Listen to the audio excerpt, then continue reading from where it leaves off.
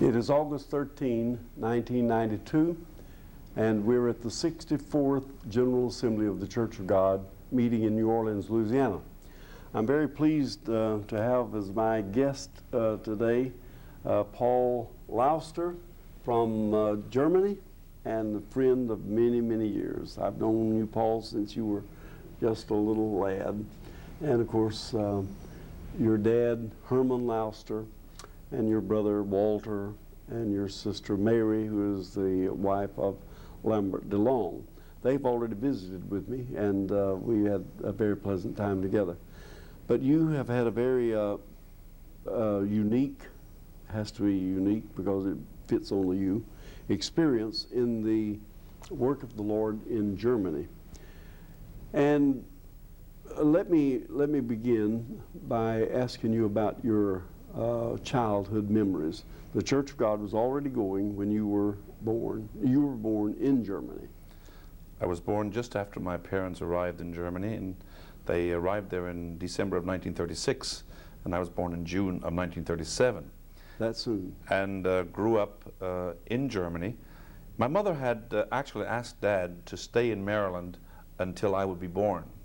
But Dad was so excited with the calling that was upon him that he said, "We can't wait, we have to go immediately." So I'm the only member of the family that was born in Germany. My brother and sister were born in Maryland. You mean other than your parents? Other than my parents. They had migrated from Germany in the early 20s. Mm-hmm. And we're living in Maryland at the on the eastern shore of Maryland, and my mother and dad were converted while they were there, and after their ministry of Paul H. Walker, was it? Or he was at least influential. He was influential, yes. Yes. The other two now, Walter and Mary, were youngsters at that time. They were 9 and 10 years old. And this is when we 1936. Moved. Yes. The Nazis were in control of Germany. Hitler was in power by that time, and at least well on his way to consolidating his power in Germany. What is your first memory of the kinds of tension that you had there? The tensions that I remember from early childhood were actually connected to the persecution of the church. Because as long as I can remember back, my mother and father were involved in church work, and that was very strongly problematic during the time of Hitler's regime. I'm told that my father saw me walking for the first time through the window of the concentration camp at Welsheim. Mm. And during that time, Mother was alone with the children, and I was just a baby at that time. And then when Dad was released from the concentration camp, from Welsheim, he had to take a job, and the only job that he could find was that of a driver of a beverage truck. In Germany they call them beer trucks. Mm-hmm. And he did that for some time, driving beverages, beer, to the various restaurants and guest houses in the area where we lived. And then he was drafted into the German army. So most of my childhood was without our father, because at first he was in concentration camp, and then he was in the German army. Now, he was in the concentration camp for preaching the gospel. Oh, yes. And I believe he'd been arrested on the streets of Stuttgart.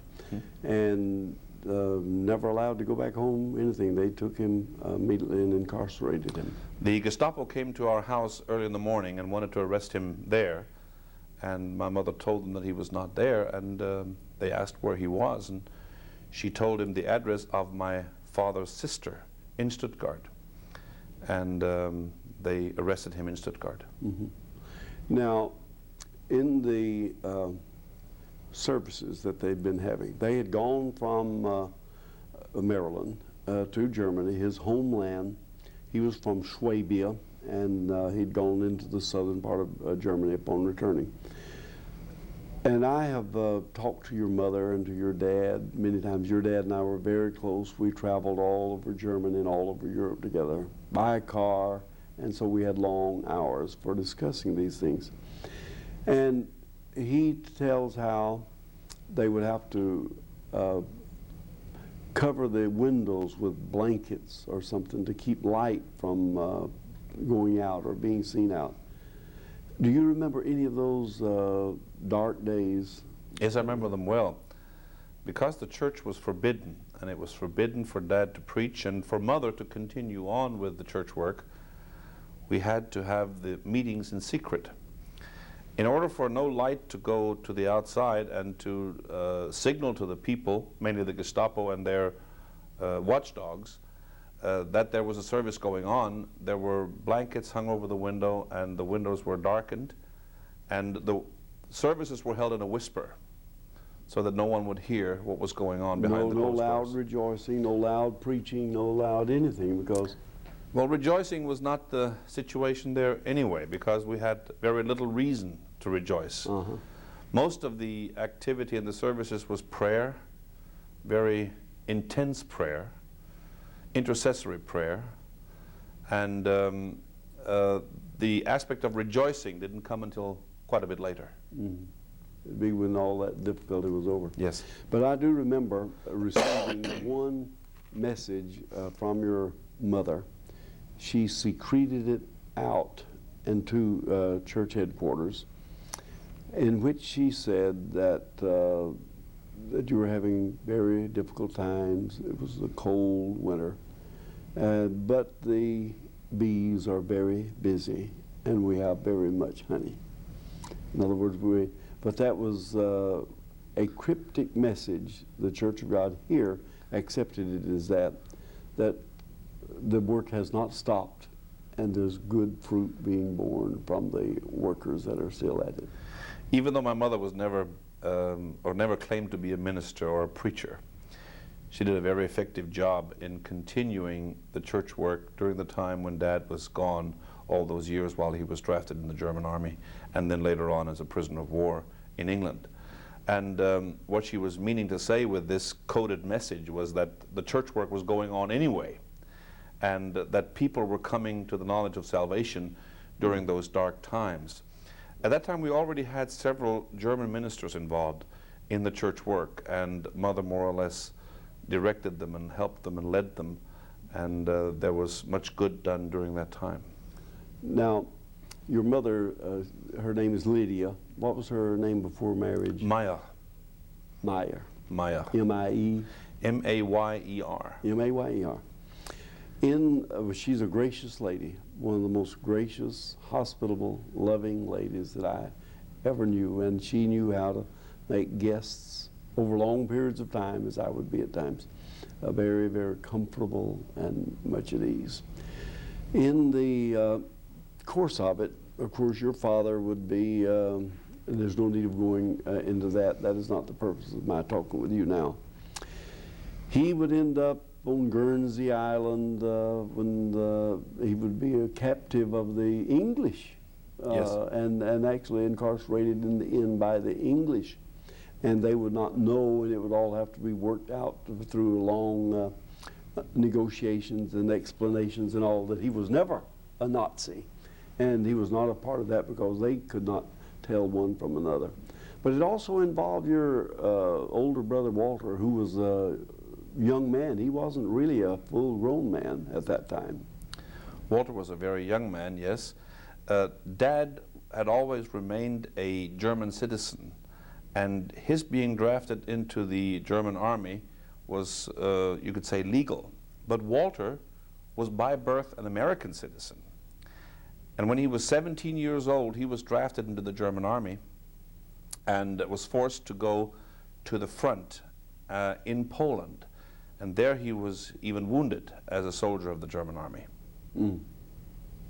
But now he did find a way to get out of that situation.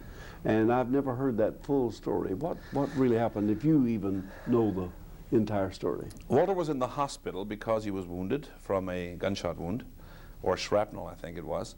And after he was released from the hospital, he was sent back to his unit. And the unit was not located where he could reach them very rapidly. So he finally found out where the unit was, and in the meantime, he was given a leave of absence. He was given a time where he could come home with the family for a few days. And he and another boy from the same village where we were, Now that's Kravinkle? that's Kravinkle, came home and were at home for a few days, and then were to meet with their unit in a given town. And they walked to that town, and the troops that they had expected to be there were already gone.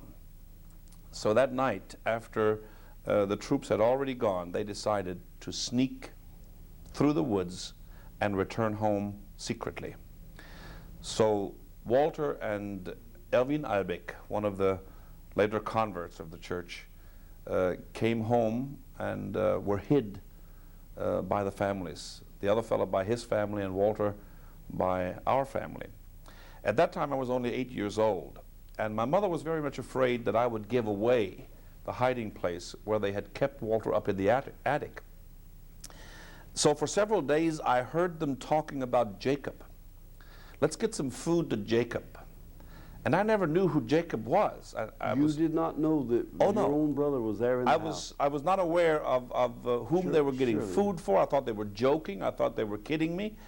And Walter was hidden in the attic, and Mary and Mother were taking food to him, and they felt that it was not good to let me know because I could have possibly talked out, as young boys at that age sometimes do.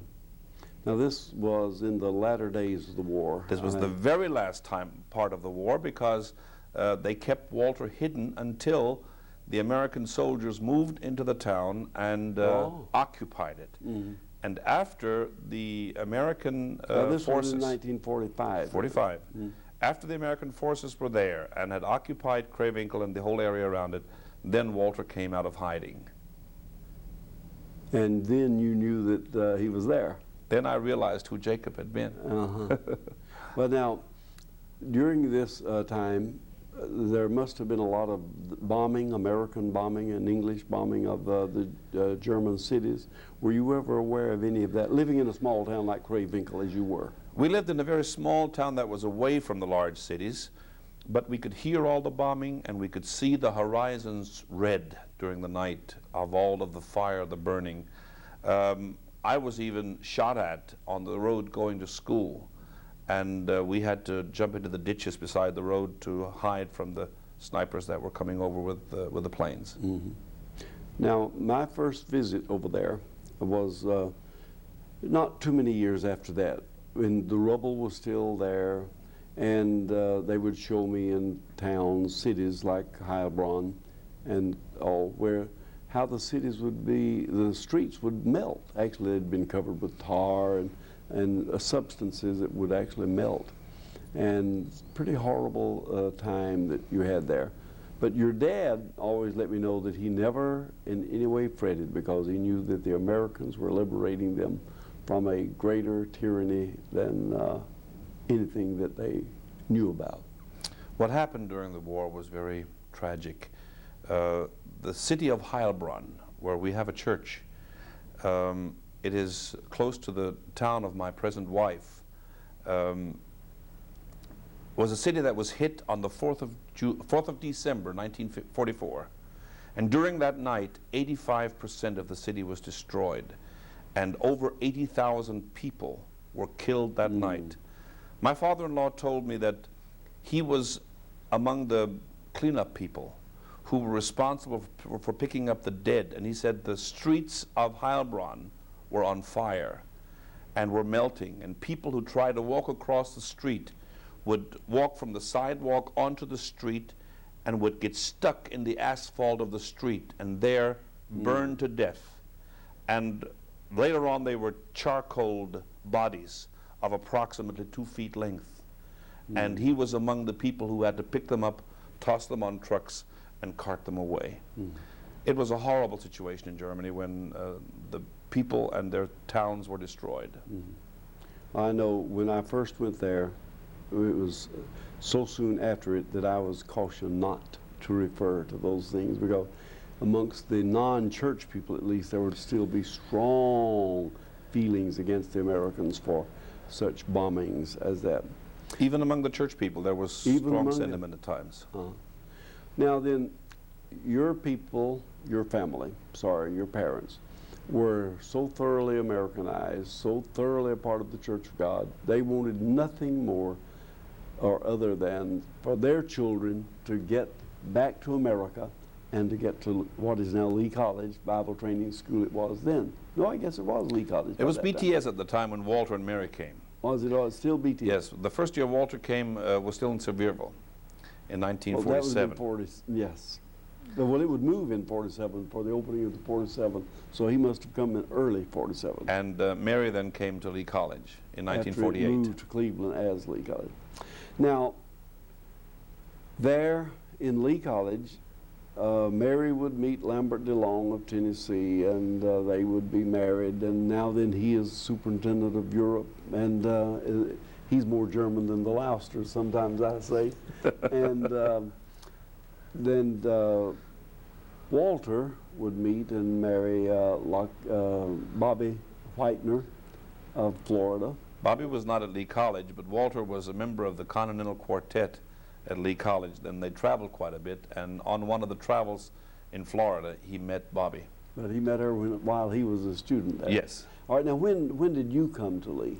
I came to Lee when I was 17 in 1954. Mm-hmm. And began my studies there. I enrolled in Lee Academy as a sophomore, and then went through the high school program of Lee College and then on to the junior college division and Bible college. And I graduated from Bible college in 1959. Mm-hmm. And there you met Patsy?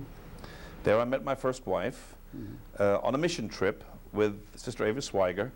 We went to the Shepherd's Fold Church of God in Covington, Louisiana. Which is not far from just here a in few New Orleans, miles from here, and I was in that church last Sunday to minister there. Oh, I'm so glad. I visited the grave of my wife and visited the grave of her parents. Her mother just died 6 weeks ago, and her father has been dead now for about 6 years or 8 years. Oh, I see. Now, that, Paul, was one of the very heart-wrenching things in my experience, by knowing you as I do, and by knowing your wife and her family from back even before I had married and all. But how this young bride of yours went with you to Germany, and there in Germany she became ill and would not survive. But the Lord was gracious to you, and the Lord blessed. I was touched by how your father, Herman Lauster, stood with her and was a comfort to her in those days. And then shortly after that, you would meet. I told you then, I was there right after your wedding, and told you that you were one that lightning had struck twice, meaning that the lightning of blessing, because your first wife was such a marvelous, marvelous lady. And then for you to find someone like Lily, who is your present wife, a lot of men don't have such a happy marriage once, and you were able to have it twice. That was a very fortunate experience. Patsy and I were married in 1957, and then went to the mission field in 1959, and were there for just 2 months when she, due to a pregnancy, had kidney poisoning and died, and the baby died with her. And she was taken back to the Shepherd's Fold Church and buried there. Fitzgerald. That was Patsy Fitzgerald. A very venerable and precious family of Louisiana, yes. And at that time I struggled whether I should return to the States later on to find a second wife or remain in my work in Germany. I was teaching at the Bible school. Now this is the German Bible school. This was the Bible school in Germany. Was it in Rudersburg? It was in Craywinckel at that time.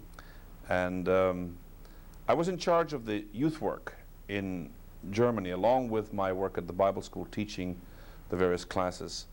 And in this youth work, I had to contact the person who was responsible for the youth camp the year before.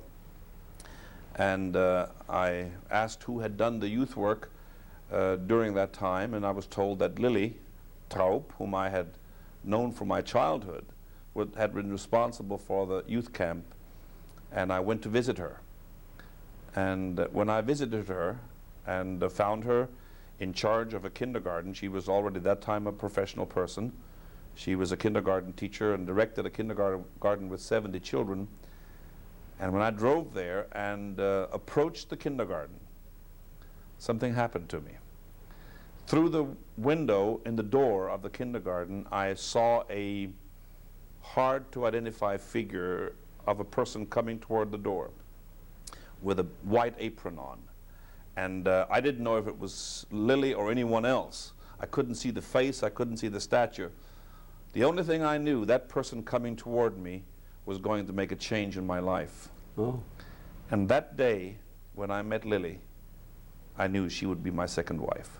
Mm.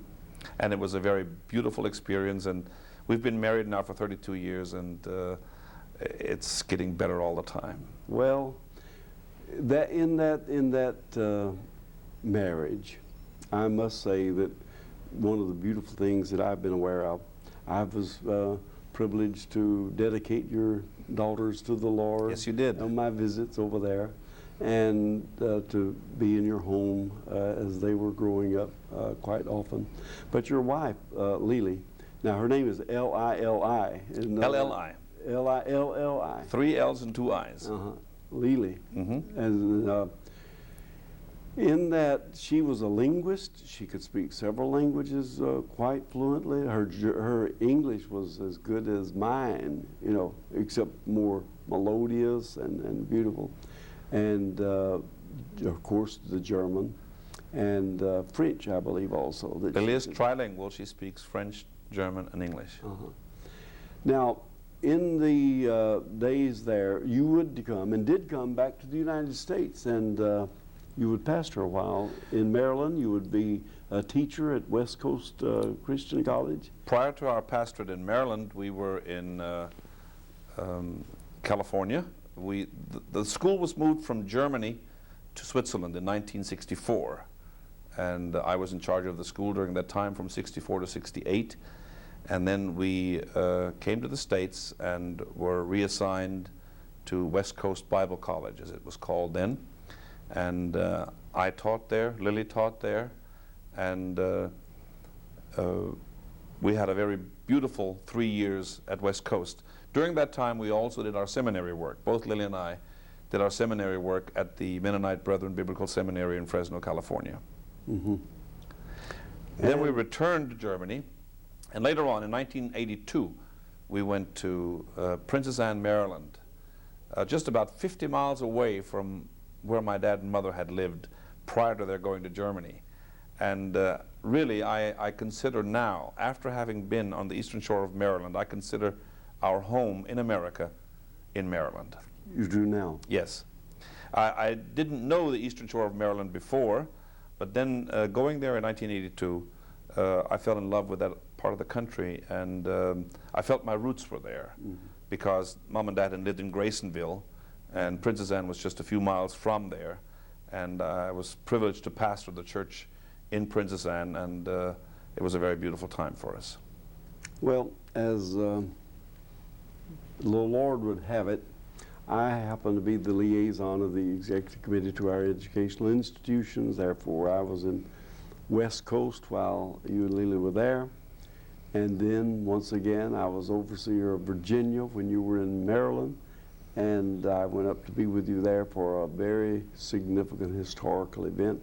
And that was the placing of a historical marker where the first Church of God in the state of Maryland had been organized by Paul H. Walker. Correct.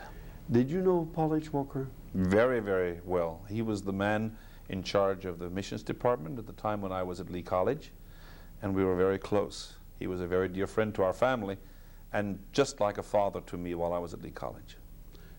Well, Paul, you are more like your daddy physically Yes. than anyone else in the family, and you are more like him in speech patterns. I think that if people wanted to get some idea of what Herman Lauster was like, they would need to look at you, and I'm sure people will look at these photos of you and get some idea of what Herman Lauster was like. Our temperament was quite similar Well, too. now he was a gruff Swabian. Yes, he was. And he had to be. Remember, as I have written about him, and I knew him very, very well. I was with him when he died, And I'd been with him on a long journey just preceding his death in Germany. And he had to be tough. Yes, he did. To stand up against the things that he stood against and to continue his work and never waver, never yield. We have a marvelous church in Germany now, the denomination, the Church of God, because of one man, Herman. He learned to live with opposition. And really, the big majority of the churches that are in Germany today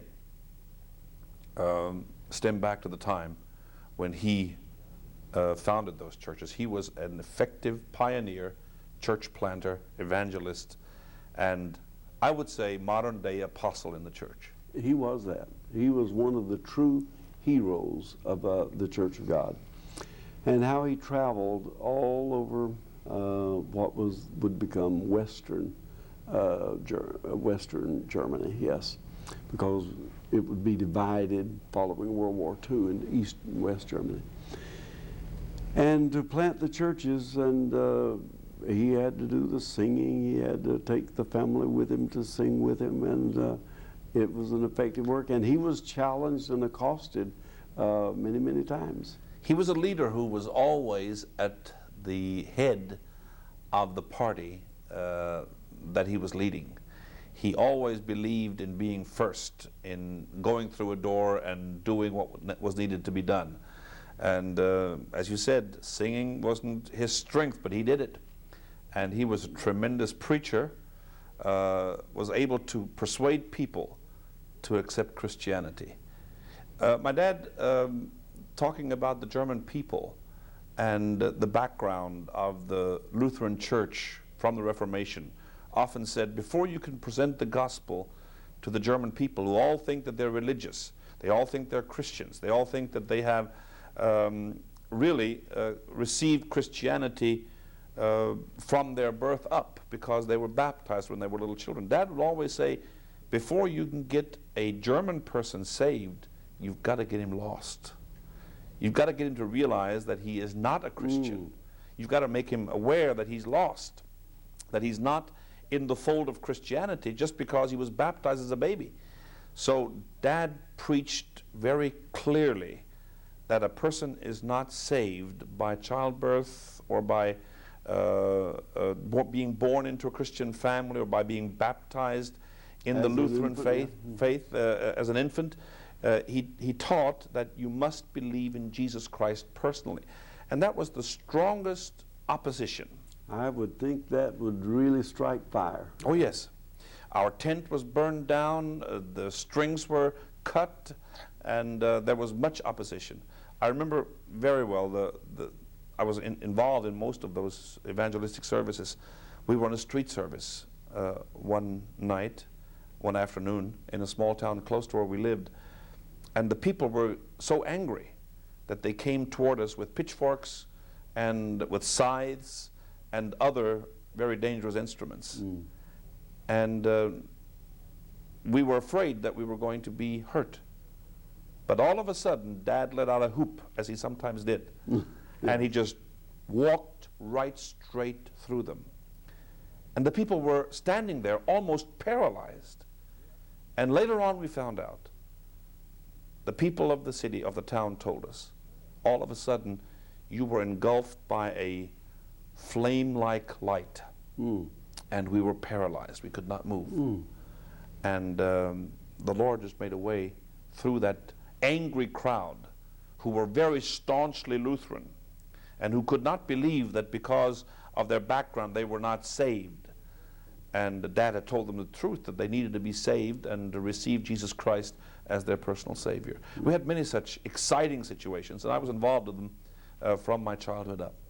Well, he was an evangelist everywhere he went, even in as a prisoner of war. Yes, he was. He would win people to God. About 5 of our ministers in Germany after the Second World War were men who had been won to Christ by Dad in the army. They were men in his company. Now, in those first days after the war, most of the travel by these men, I know, is from being over there, they traveled by motorcycle and all, because I'm sure automobiles were rather scarce at that Bicycle time. and motorcycle. Dad had a beautiful experience. One night he was preaching in Oberlinningen, about 80 miles away from Krewinkel, where we lived, and an old man received the Lord. He had been a pietist, had believed according to what he knew, but that night he had a real experience with Christ, very personally. And Dad had taken him on the motorcycle, on the back seat, and as they were driving to his home from the church that night, it was in February, and it was icy cold, sub-zero temperatures. The man tapped him on the shoulder as they were going along and said, "Here is a river. Why don't you baptize me?" And they climbed down the riverbank into the icy cold water, and that February night, Dad baptized old Brother Meile, whose son became a very prominent minister in the church just a few years later. It was a miracle that Dad didn't catch pneumonia or his death, because after they had baptized, they got back on the motorcycle and rode Still on. wet from being in the water again. And when Dad unloaded the brother, he drove on home and got home, and he was still wet when he got home. Oh, Frozen wet. yeah. Well, now, your mother in these times, she was a strong pillar to that family. She was one of the most amazing and beautiful women that I knew in her Christian grace and Christian character.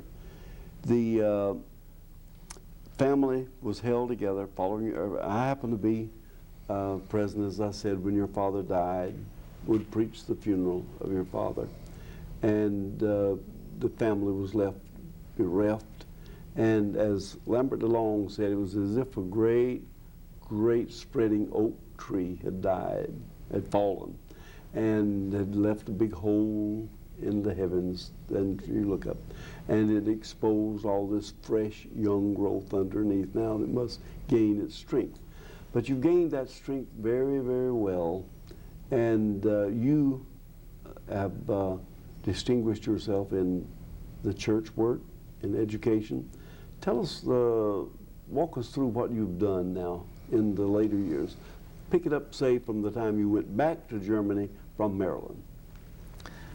Well, after I went back to Germany from Maryland in 1984, I taught at the European Bible Seminary in Rudelsberg, and was very happy in this work. Soon I was asked to take a church which was very problematic, and the pastor had to leave that church, and I was asked to do this just for an interim time until a pastor would be found.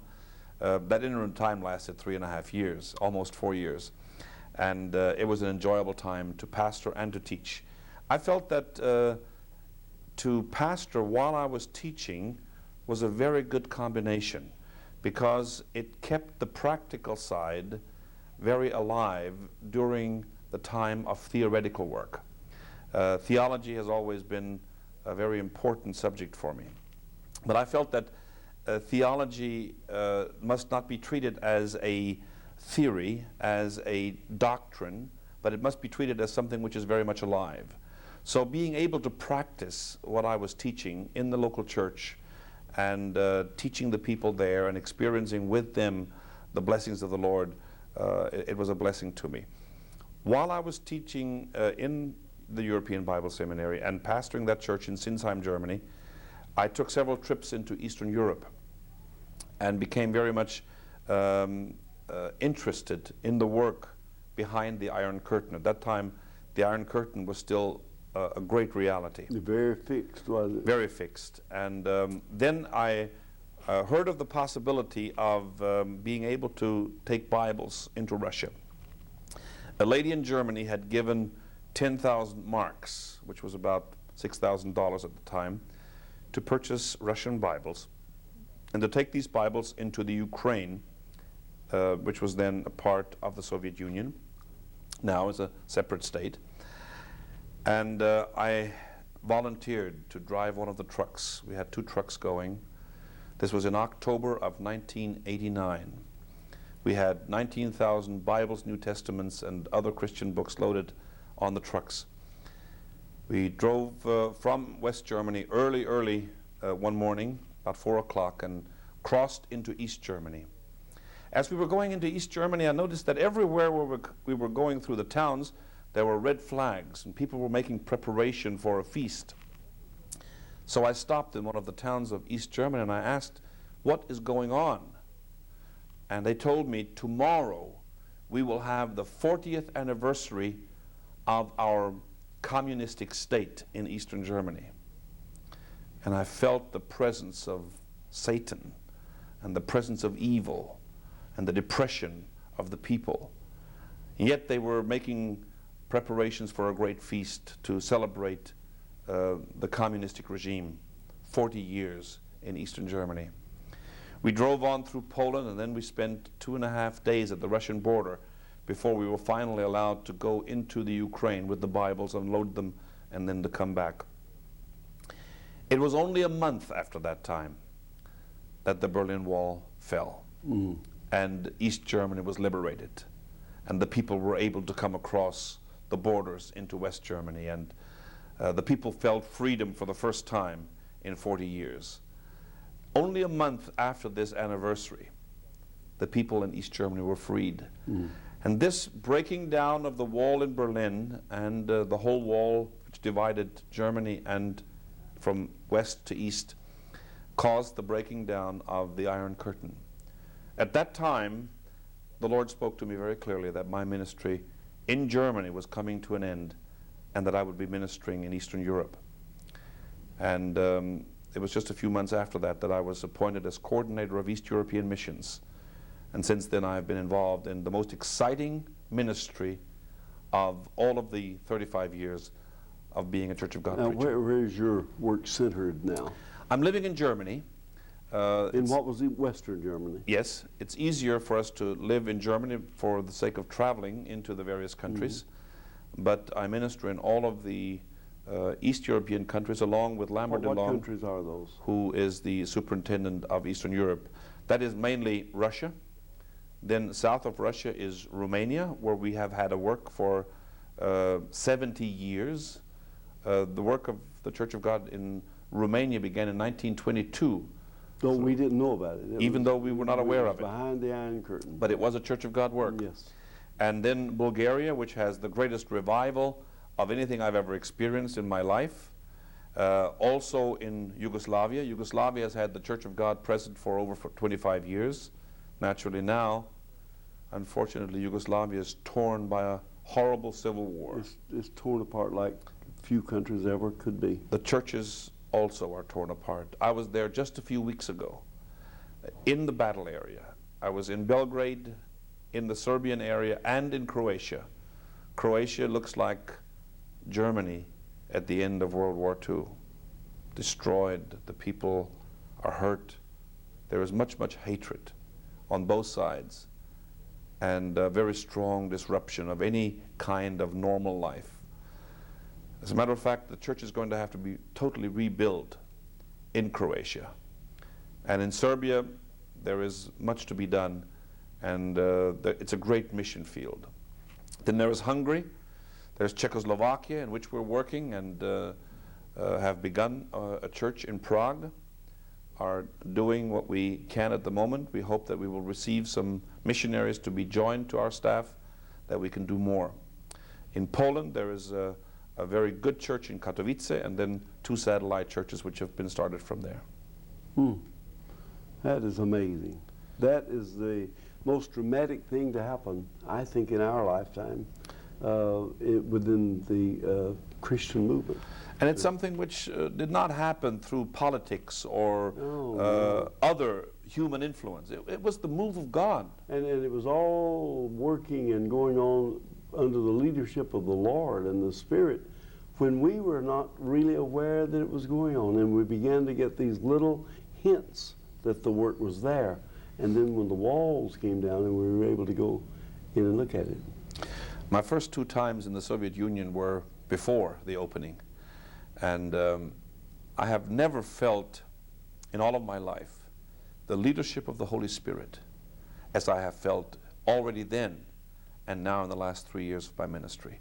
It seems like every step is directly led by the Holy Spirit, and the wisdom and the understanding comes from the Lord moment by moment as it is needed.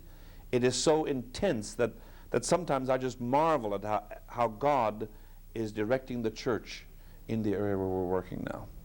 That is wonderful. Now your specific work is to direct the, give me the title again. My title is Coordinator of East European Missions.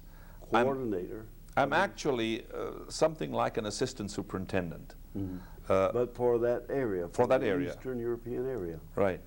Yeah, well that's tremendous, Paul. Is Lily involved in it? Very much so. She has been with me to all the countries. Even our youngest daughter, who is still at home with us, and who is that Dorothy? That's Brigitta. Dorothy has been married for many years. She's one I didn't know, don't really know about. She's the little one that came along after you had already been with us. Now Brigitta is going to be 21 in just 2 weeks. That's amazing. As a matter of fact, on her birthday, when she will be 21, my mother will be 91. Mm. Brigitta was born on Mother's 70th birthday. Well, Paul, it looks like once again we'll be able to be together because Edna and I are scheduled to spend the month of October, which is less than 2 months from now. 2 months from now we should be in Eastern Europe, going to these places that you've told us about. I look forward to your being there too, by all means, to kind of be a guide and director of what we are able to see and do. October will be a very important month for us because in October the Romanian church is celebrating its 70th anniversary, and it'll be a great celebration in Bucharest. But just a week before that, we will be involved in a very important meeting in Kiev, the Ukraine. And during that time, the church in Russia, in the Soviet Union, which we have worked with for the last 2 years, will make a very momentous decision, possibly to amalgamate with the Church of God. That will be wonderful. We're looking forward to it. Well, the Lord has given you a tremendous ministry. The work is exciting, and it looks like every day is totally new in a vital experience with the Lord. Well, Paul, let me say as we close out, I was in your home, not your home, but your father's home, when the first, I guess when the wall first really began to go up. And your dad made a prophecy that proved not to be true. Thank God. And he would die without ever knowing that. And he said it will never be one again. Germany will never be one again. It will always be two. And here you have lived to see, after his lifetime, of course, the wall is down, the nation is one, and the work of God has come out into the light and is flourishing. That is just absolutely wonderful. Dad has already been dead for 28 years now. It's unbelievable. It seems impossible. But what we've experienced in the last few years, no one would have dared to foretell. If anyone would have asked me when I took that trip to Russia in '89, if Germany would ever be reunited, I would have said that's impossible. That's what he said. He said it back then.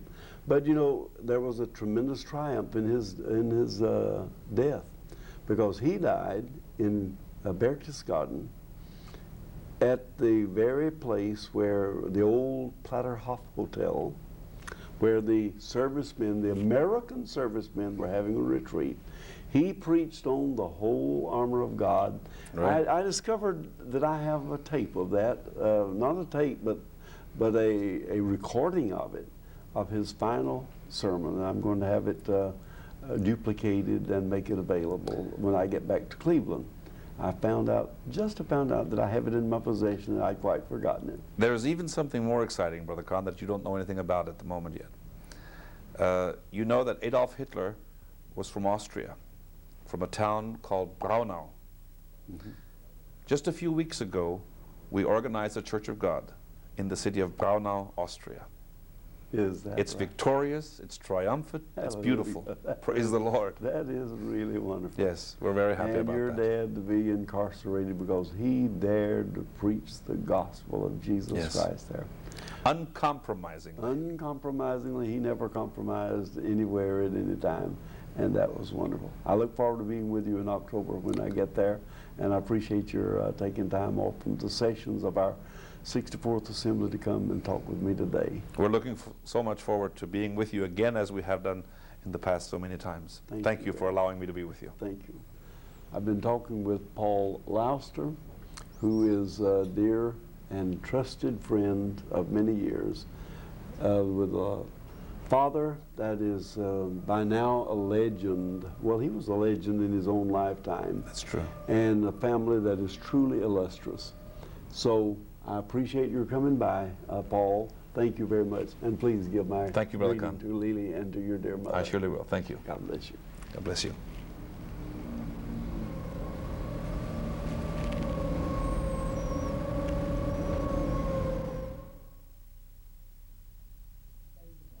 Fade to black. Good.